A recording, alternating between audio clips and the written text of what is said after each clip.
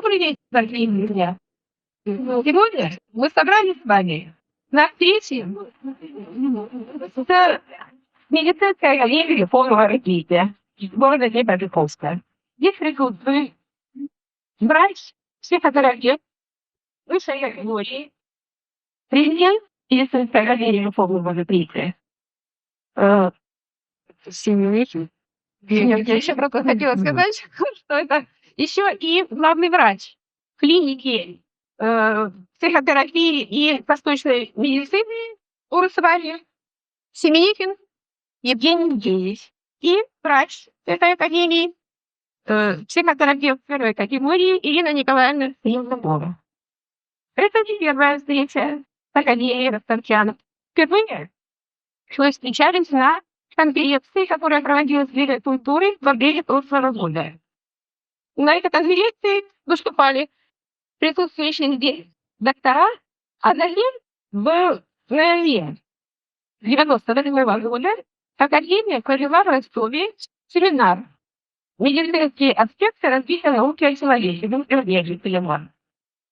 апреле этого года мне посчастливилось побывать в клинике в Сантьяго-Ростовском, познакомиться с уникальным коллективом, прочувствовать на себе методику, которая разработана в клинике, запатентована.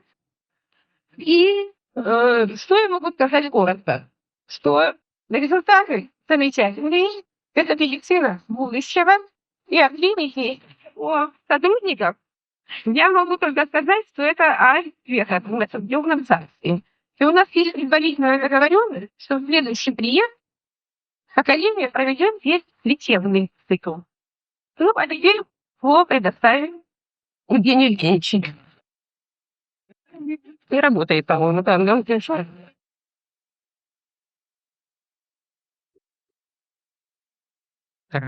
Работает. Добрый вечер, дорогие друзья.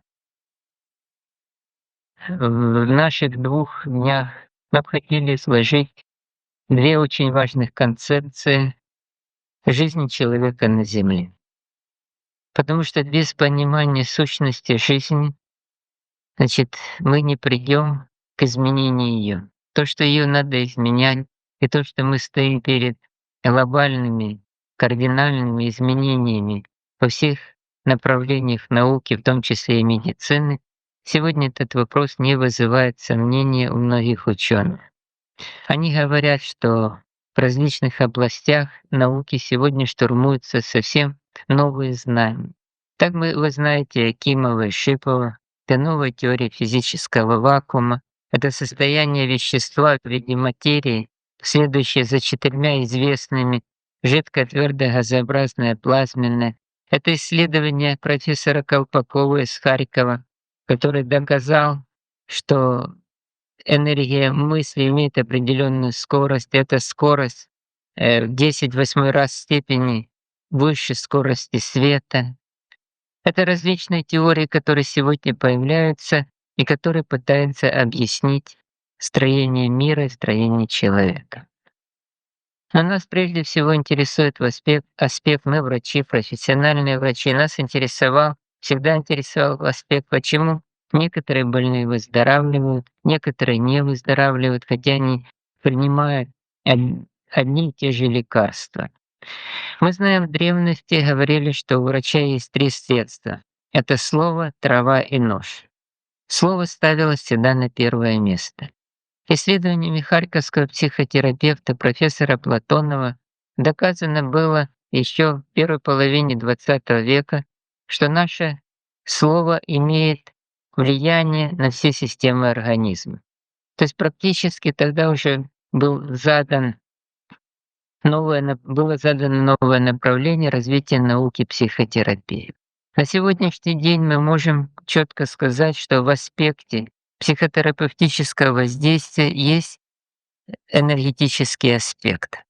Если мы возьмем медицину древности, тибетскую медицину, китайскую медицину, любую восточную медицину, мы увидим, что неизменно в этой медицине присутствует понятие энергии. Еще ранее Гермес тоже говорил о медицине духовной. Жрецы Египта также лечили именно с духовных позиций.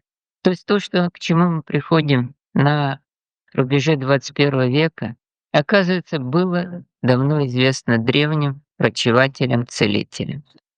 И если именно с этих позиций рассматривать человека, то открываются совсем новые перспективы развития науки о медицине и о человеке.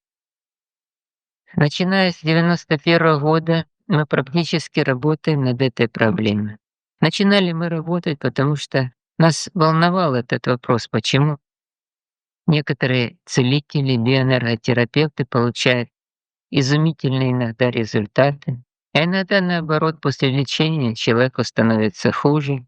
Вы знаете, что официальная медицина вообще к нетрадиционным методам относится, если не уж отрицает, то скептически точно.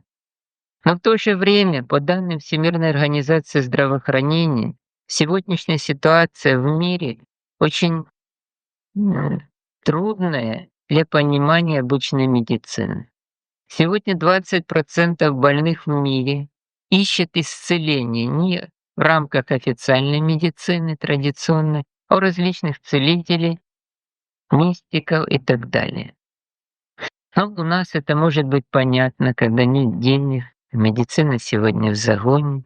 Но почему на Западе, где технологичность медицины очень высока, где реклама медицины поставлена очень высоко, почему там люди все-таки обращаются к этим вопросам? По-видимому, следует предположить, что имеются какие-то внутренние причины, которые побуждают людей следовать именно так, поступать именно так. И мы можем сказать, что китайская медицина, которая рассматривала болезнь и рассматривает как недостаток или избыток в одном органе каком-то или в системе, практически в течение 5000 лет не изменилась. Это ли не лучшее подтверждение того, что постулаты, выдвигаемые этой медициной, я имею в виду классическую китайскую медицину, заслуживают особого внимания всех людей? И когда мы начинали работать, мы поставили именно такую задачу. Если существует энергия, то может ли человек управлять этой энергией? И практически сегодня создана методика, которая позволяет, чтобы человек стал целителем по отношению к себе. Мы работаем с трудными больными, тяжелыми, от которых отказывается официальная медицина, но мы выступаем перед аудиториями не даже в таких рекламных целях, чтобы привлечь больных к себе, а в том, чтобы рассказать принципы возникновения болезни. Ибо на сегодняшний день нам понятно, и мы постараемся это объяснить и в процессе нашей лекции, что в большинстве случаев болезнь, которая есть у человека, вызвана им самим, его отношением и взаимоотношениями с окружающей средой. Поэтому исцеление любой болезни требует не таблеток, не лекарств, а именно изменения отношений. А все остальное, даже травы, ароматы, иглоукалывание — это помощь, которую врач оказывает организму, чтобы вывести человека из этого состояния. Парацельс в XVI веке писал: «Природа вызывает болезнь, природа и исцеляет от болезни». И задача врача — помочь человеку использовать природу для своего блага. До 96 года наши разработки имели теоретический характер. То есть мы основывались на современном психологическом понимании, на тех вещах, которые заложены в древних аспектах, в древних знаниях Вед, Египта. И до 96 года это носило, ну, такое, можно сказать, исследования на уровне современной медицины. Так, например, мы брали воду из священных источников Индии, из Сергиева Посада, воду, которую мы заряжали положительно, и также воду, которую мы просили быть отрицательной. Почему просили быть, вы чуть позже поймете. Значит, и вот такие исследования двойным слепым методом, то есть исследователь не знал, какая вода относится к какому источнику. На кафедре микробиологии мы, значит, смотрели, что вызывает эта вода по отношению к микроорганизмам. Мы увидели интересные вещи, что вода из священных источников, заряженная положительно сирьевого посада, обладает бактерицидными свойствами. В то же время вода, которую мы попросили быть отрицательной, наоборот, вызывает резкий рост патологической флоры. Также нами проведены очень интересные исследования воздействия человека на радиоактивный источник. Мы пробовали воздействовать на радон, а также на открытый радиоактивный источник. Значит, так вот, радон можно воздействием человека уменьшить на 20%. Это мы проводили совместно с Комитетом по ликвидации Чернобыльской аварии. Значит, они были удивлены, потому что практически такого не описано. И на 7% можно снизить воздействие радиоактивного открытого источника. Но в человеке сегодня заложены такие силы, которые подтверждают слова Николая Константиновича Рериха, сказанные в 26 году, что найденная психическая энергия будет во много раз сильнее атомной.